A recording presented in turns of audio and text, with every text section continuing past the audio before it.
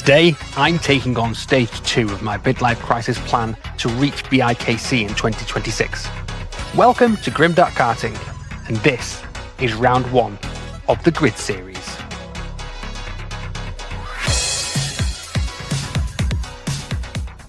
If you're not familiar with GRID, it's a championship that runs over 6 months, with one event every month. Every round follows the exact same format. We start with a 10-minute practice, followed by 3 10-minute heats, and those heats set the grid for a 15-minute final. Points are awarded based on where you finish in the final, and your best 4 results across the season make up your overall championship total. Although all the adults race together, results are split into weight classes. Now that the admin's done, let me explain how 3 completely different factors combine to make this the most physically and mentally irritating night of my very short karting career. And if you want to know what they are, keep watching as we go to Heat 1.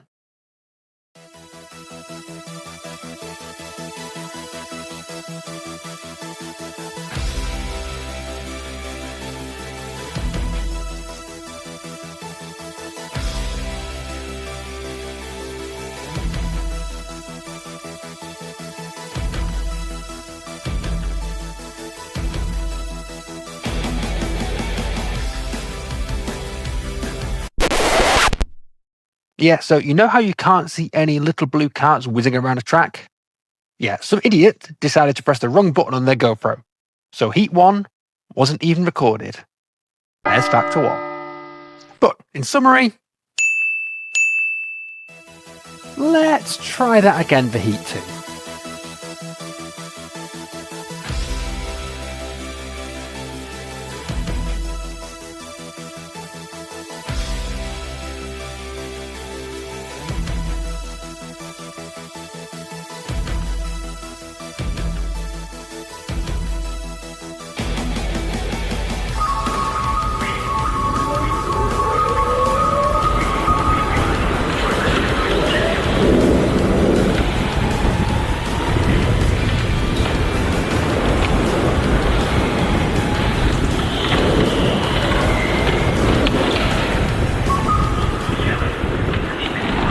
A lap 1 yellow around Warrington is no surprise to anyone, but it's a good moment to explain my start strategy. Whenever I start aggressively here, it usually means chaos, so I try and keep it clean and stick to my lines. Unfortunately, it's not going to take me long to realise that this heat is already gone. Let's see if you can catch what's amiss. And here's a hint. It happens whenever I turn right. Keep watching.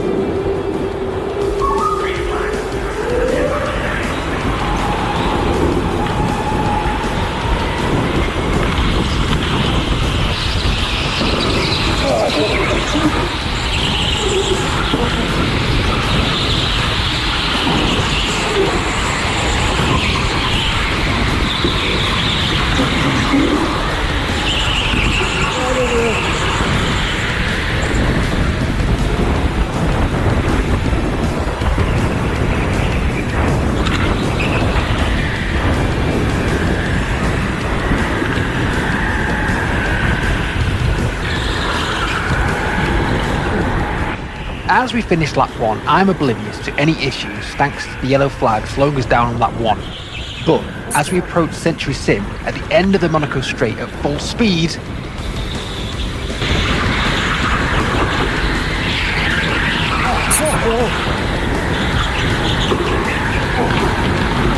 this kart is trying to throw me into the barriers around Century, and it succeeds at the right corner at Mech Bay, and as you can see, it loses me position.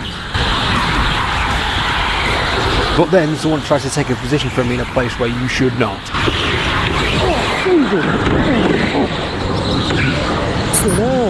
Dive bombs around that corner always result in the exact same thing. Someone will get booted around, but hey ho, I guess.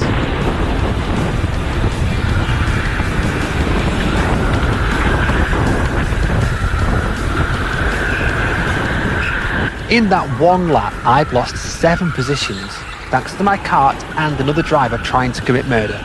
4 of you have tried to kill me in the past. 1 of you succeeded. And it doesn't get much better throughout this heat.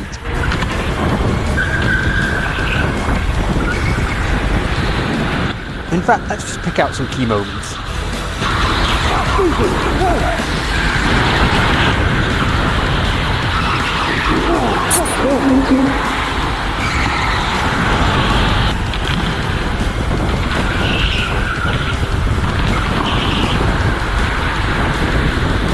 Okay, so I managed one overtake, but it doesn't last.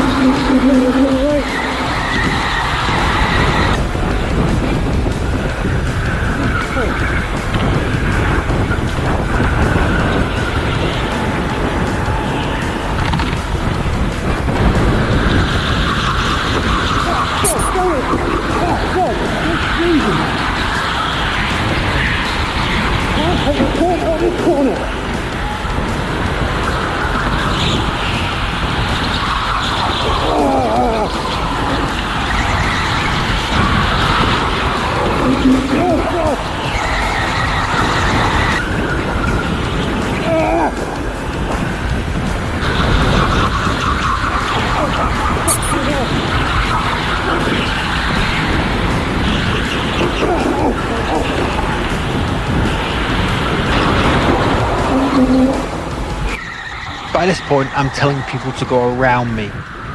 To be fair, it's probably safest. Who knows where I'll end up.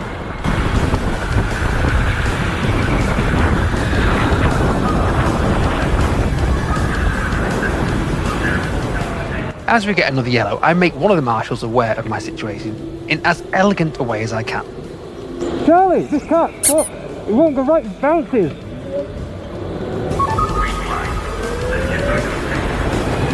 Now you might ask, why I didn't just pick the cart? And it's a good question. See, I knew we were doing 2 heats back to back, and I had assumed that I could change my cart between the heats. A bit more on that later.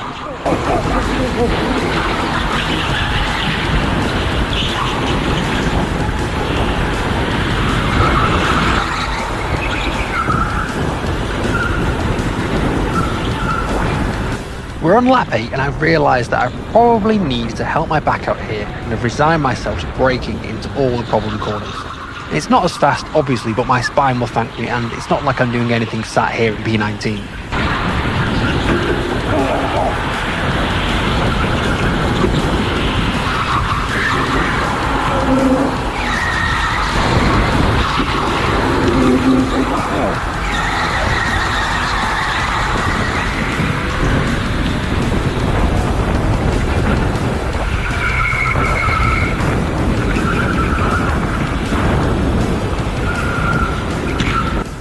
In doing so, I do hit my fastest lap of the heat, 55.177.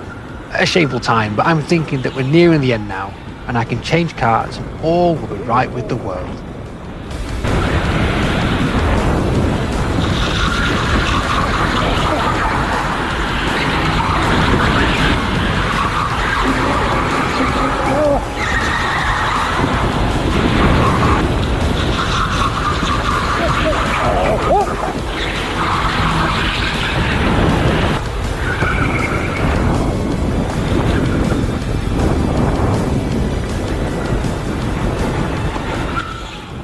And finally, this heat comes to an end. So, any guesses what might be causing me problems? I'll say that for just a little bit, but first, I need to change this cart.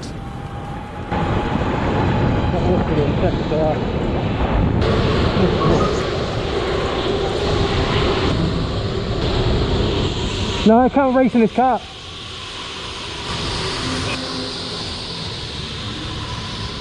What's up? This car, something mechanical is wrong with this. Bring it in then? That's what I'm trying to do. Not in, after the race, during the race. During the race? Can't just change it now. Charlie said no. I'm just a messenger. Alright then. Well, that's that then, I guess. And off to the grid I go for Heat 3, where I'm told to start P2. On the way, I do see 2 others in the pits waiting to go. And I don't know if they were able to change carts, or there were no more charged, I simply don't know. But I can now reveal the big problem that I had.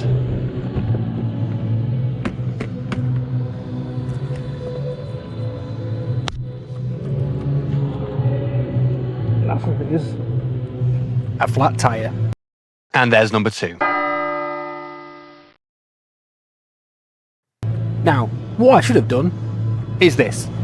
Oh, Miss Clifton, over here. Oh, Miss Clifton. I decided I would start the race and see how I got on for a lap, because I might be able to at least defend a top 10 finish, even with a flat tyre. On to Heat 3.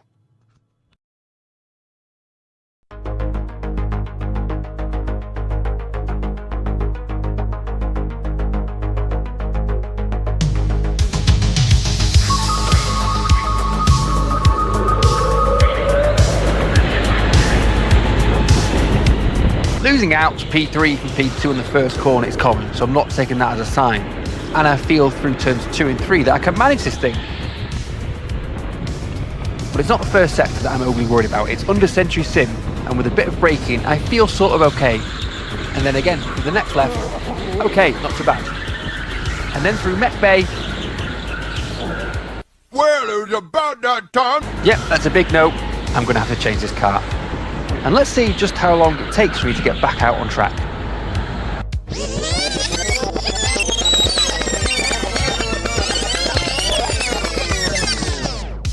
So it took me just over 2 minutes to get back out on track, and I think it's safe to say that I'm not doing anything in this heat.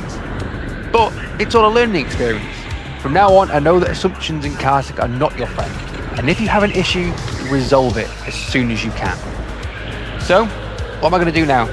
Just try some hot laps. But what I'm really going to do is follow this guy in a blue helmet throughout the entire heat, because what I don't want to do is compromise his race, because I have no idea what position he could be. He could be at the top of the field, it could be at the bottom, it doesn't matter. I'm racing a different race to this guy. So all I'm going to do is yo-yo between getting close to him and getting far away and trying to catch up again. Just for a bit of fun more than anything else.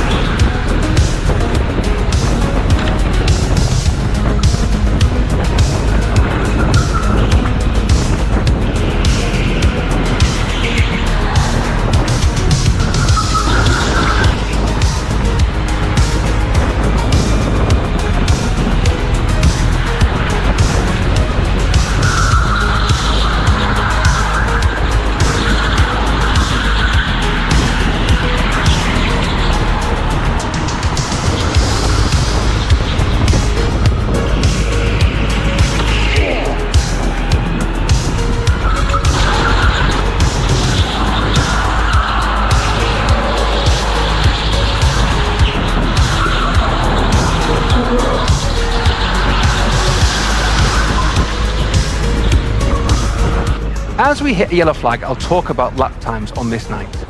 I personally found it difficult to get into the 53s, something I can usually do quite comfortably and consistently, and have hit a 52-second lap once or twice, but on this night, I just couldn't find pace.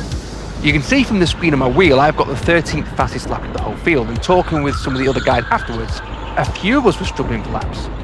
But naturally, the likes of Saul Gregory and especially Johnny Elliott had absolutely no issues whatsoever, and they really separated the men from the boys on this night.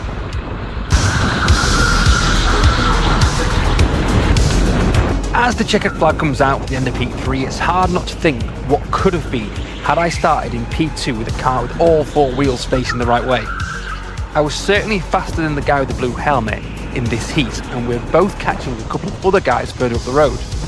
But motor racing is motor racing and things happen. So we move on to the final, where I'm starting in the lowly P19. But I'm first going to check my tyres are okay.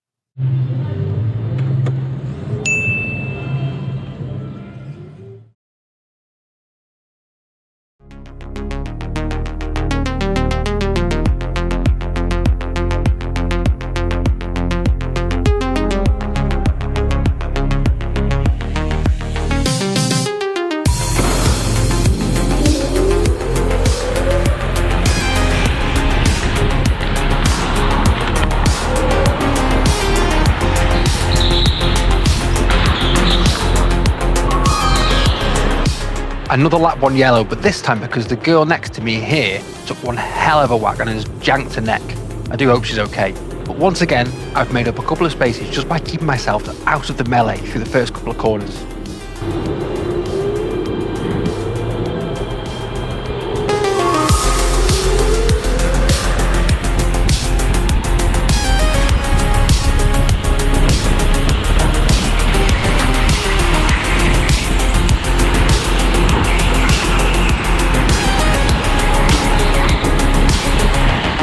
It was so nice having a decent kart under me on the first lap. It hasn't happened since Heat 1, and unfortunately, you guys didn't get to see it, so here we are.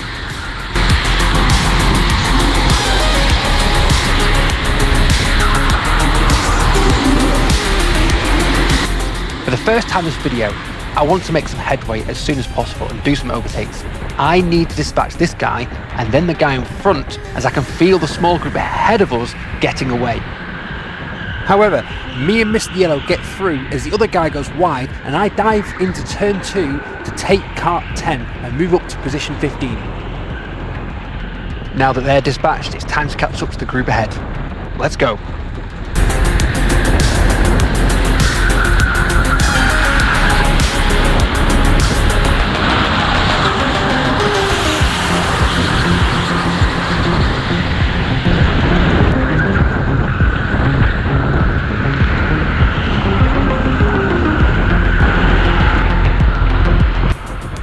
I've caught up to the back within a lap, but they have been battling, so I'm just hoping I can keep up and try and make a move at some point.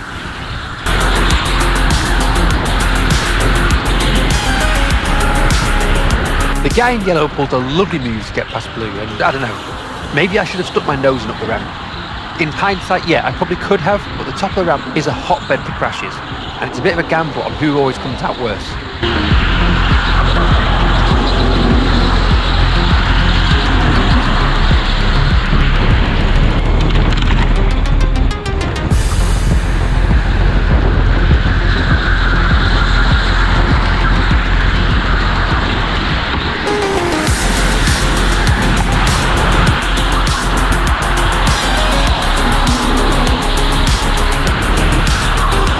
On track, I could see I was making headway on the upstairs section, but as we get to the straight, I was always getting left behind. Now, while making this video, I'm wondering if I'm just not managing my boost in the most efficient way, as I don't have as much as I want every lap in the different areas that I use it. It's definitely something I need to work on, and I'd welcome any tips on boost usage around Warrington in the comments below. As we see Blue make a great dive into turn 3 to get past Yellow, and it seems I've got a front row seat to a great little battle.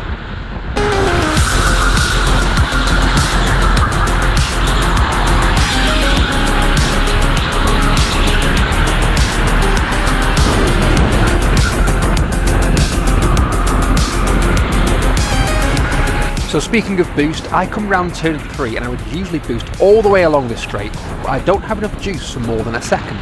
I think I'm keeping the boost button down all the way along the main straight, which is losing me out on boost down the Monaco straight. As we come to start lap 9, the good news is I'm finally into the 53s. Bad news is that the trio ahead have found their pace as well, and they're starting to make a gap to me in behind.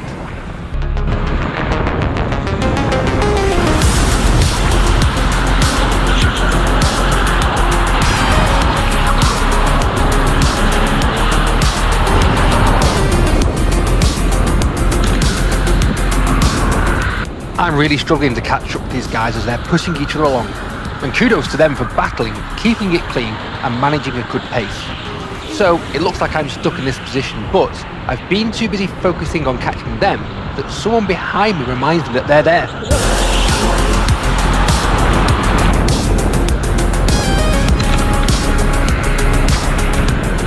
As the guy behind me gives me a little push as we sail down the Monaco straight and around Century Sim, I've missed a move that has moved Yellow ahead of Blue. I've now lost my front row seat to that battle, which is a real shame.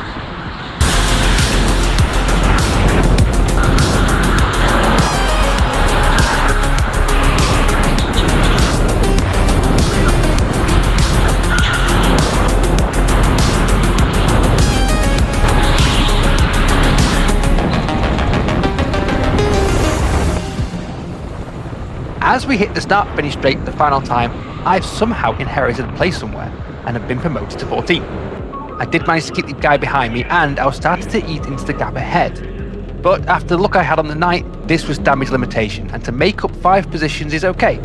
I'm just thankful that over the season, up to 2 rounds get dropped. I can only hope that this can be one of them.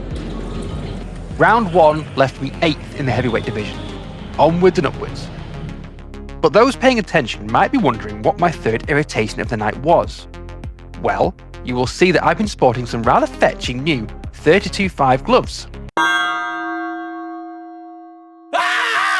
I'll make sure to make videos on all this season's Grid events, so make sure to like and subscribe. Thanks for watching, and have a good one.